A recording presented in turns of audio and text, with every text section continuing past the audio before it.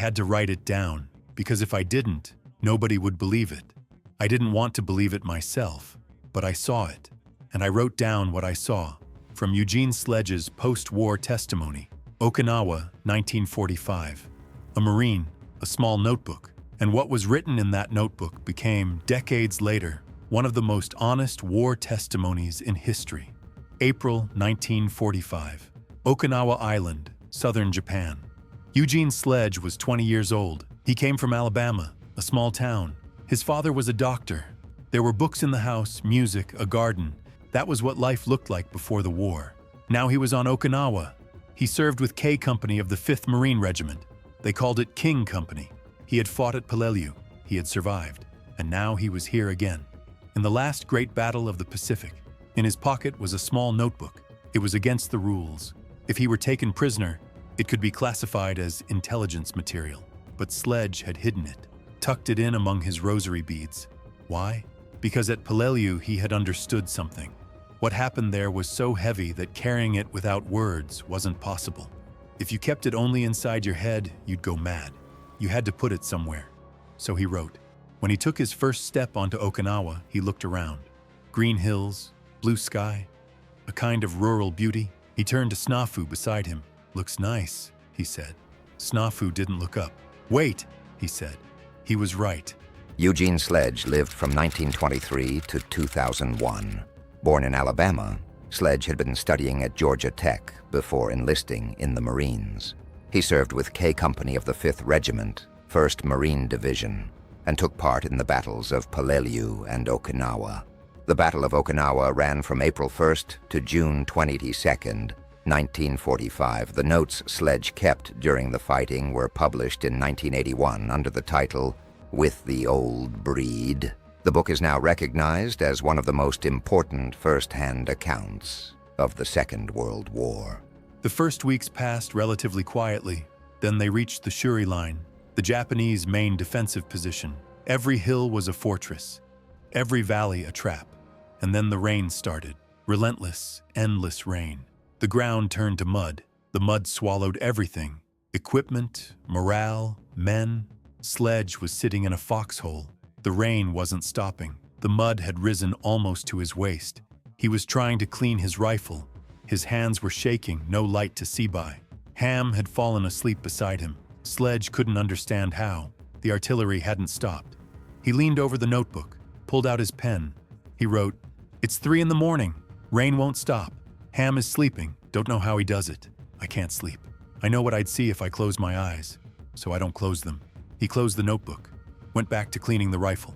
When morning came, Ham woke up, looked around. Mud, rain, smoke. "Morning," Sledge said.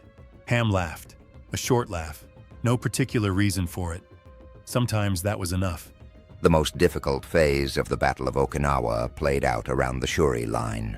The heavy rains of May and June 1945 made conditions extremely harsh. The mud made not just movement, but basic hygiene nearly impossible. Cases of combat exhaustion increased significantly during this period. Sledge's notes stand as one of the most detailed first-hand accounts of these conditions from that time. Their value to historians lies in preserving the human dimension that official reports couldn't capture. The 4th week, Sledge had noticed something. The writing had changed. At Peleliu, the words had come. Sentences formed. On Okinawa, it was different. Sometimes he wrote just a single word. Sometimes he couldn't write anything at all. He would just look at the notebook. One evening, Snafu came over, looked at the notebook. "What are you writing?" he asked. "What I see," Sledge said. Snafu thought about it. "Why?" Sledge didn't answer for a moment. "Because I don't want to forget," he said finally, "and because I do want to forget." Both at the same time. Snafu didn't quite follow, but he didn't push it. That day, the company had pushed forward. Another hill, another position, and they had taken casualties. Sledge had lost a man he knew. He said later he didn't want to give the name, but that evening he wrote it in the notebook. He wrote the name, where he came from, the things he liked, the last thing he had said. Nobody asked for any of that. Nobody ordered it. He just wrote it. Because when this island was over, what would be left? Official reports? Numbers? That name needed to exist somewhere real. He put it in the notebook. Sledge's habit of keeping notes carried both practical and psychological meaning. The psychology literature shows that putting traumatic experiences into writing can have positive effects on mental health, both in the moment and afterward. But Sledge's motivation went beyond that. He felt a responsibility to bear witness. That sense of obligation is rare among survivors, but it is documented. The desire to preserve human details that official sources couldn't capture turned Sledge into both one of the most important witnesses of that period and a significant historical source. May 1945, Sugarloaf Hill. Sledge never forgot this hill. He wrote pages about it in his book. He said the words weren't enough. The hill was small, an insignificant dot on the map. But over 3 days, dozens of men went down taking it and losing it and taking it again. Sledge was serving as a mortarman, just behind the front line, but inside it. He calculated coordinates with every round fired, but while the calculations were being made, everything around him was burning. Then a moment came. The artillery stopped. Silence. These silences were the worst kind, because they either meant the next wave was coming or something had gone wrong.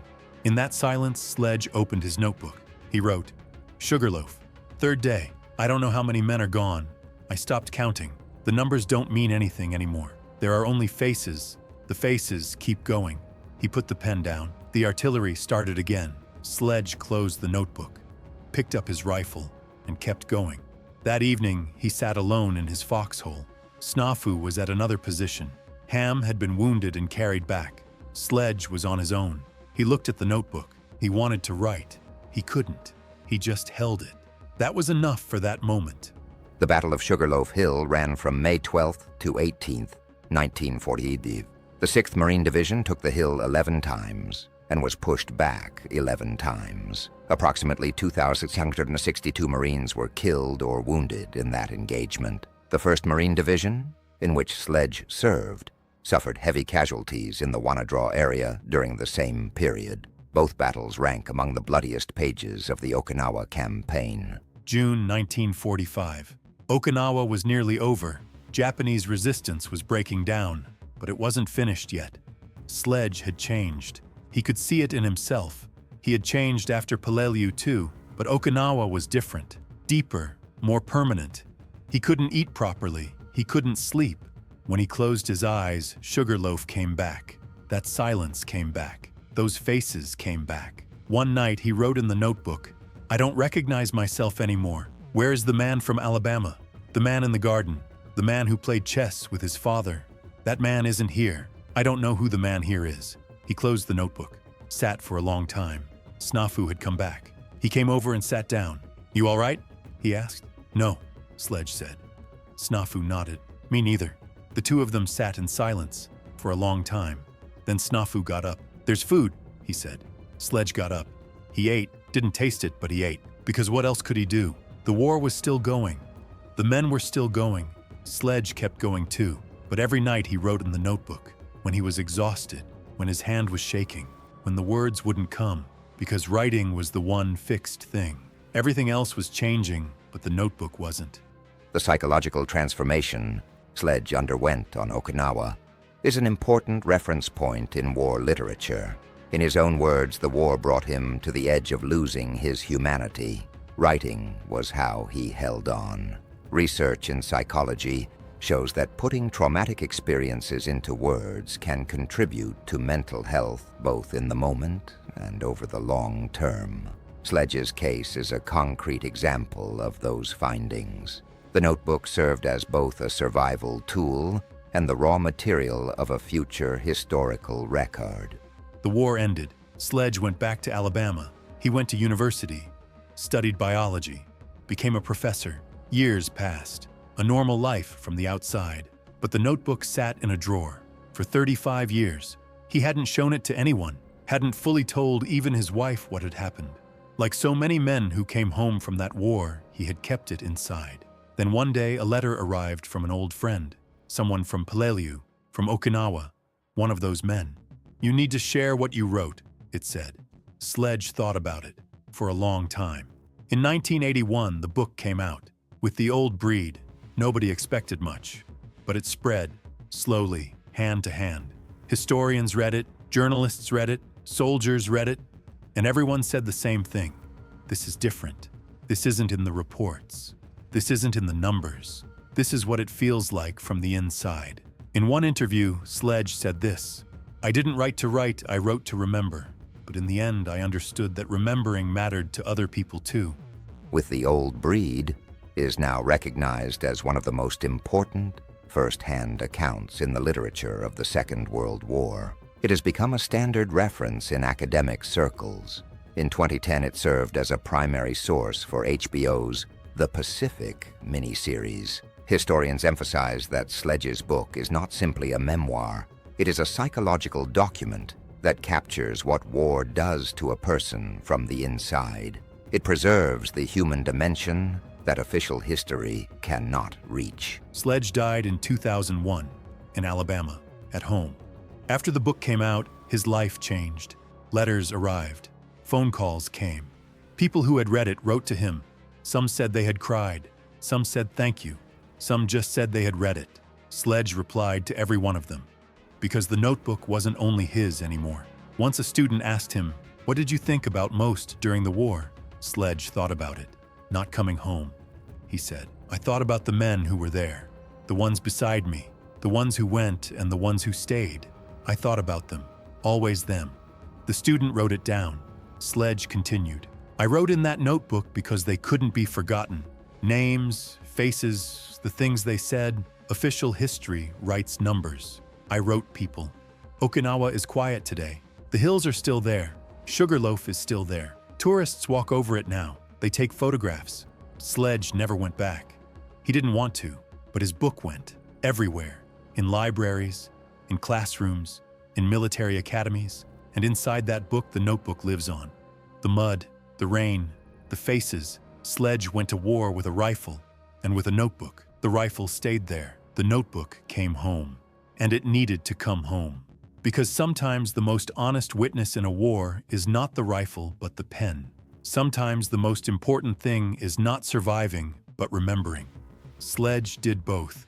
A boy from Alabama, a small notebook, and he wrote down what he saw because he didn't want to forget.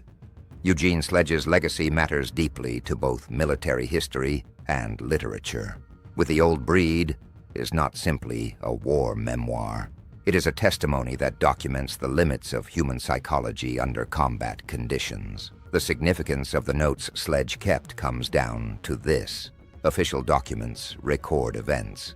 Sledge recorded people. That distinction is increasingly recognized in the writing of history. Today, researchers studying combat trauma use Sledge's book as both a primary source and a case study. A notebook sometimes outlasts the history books.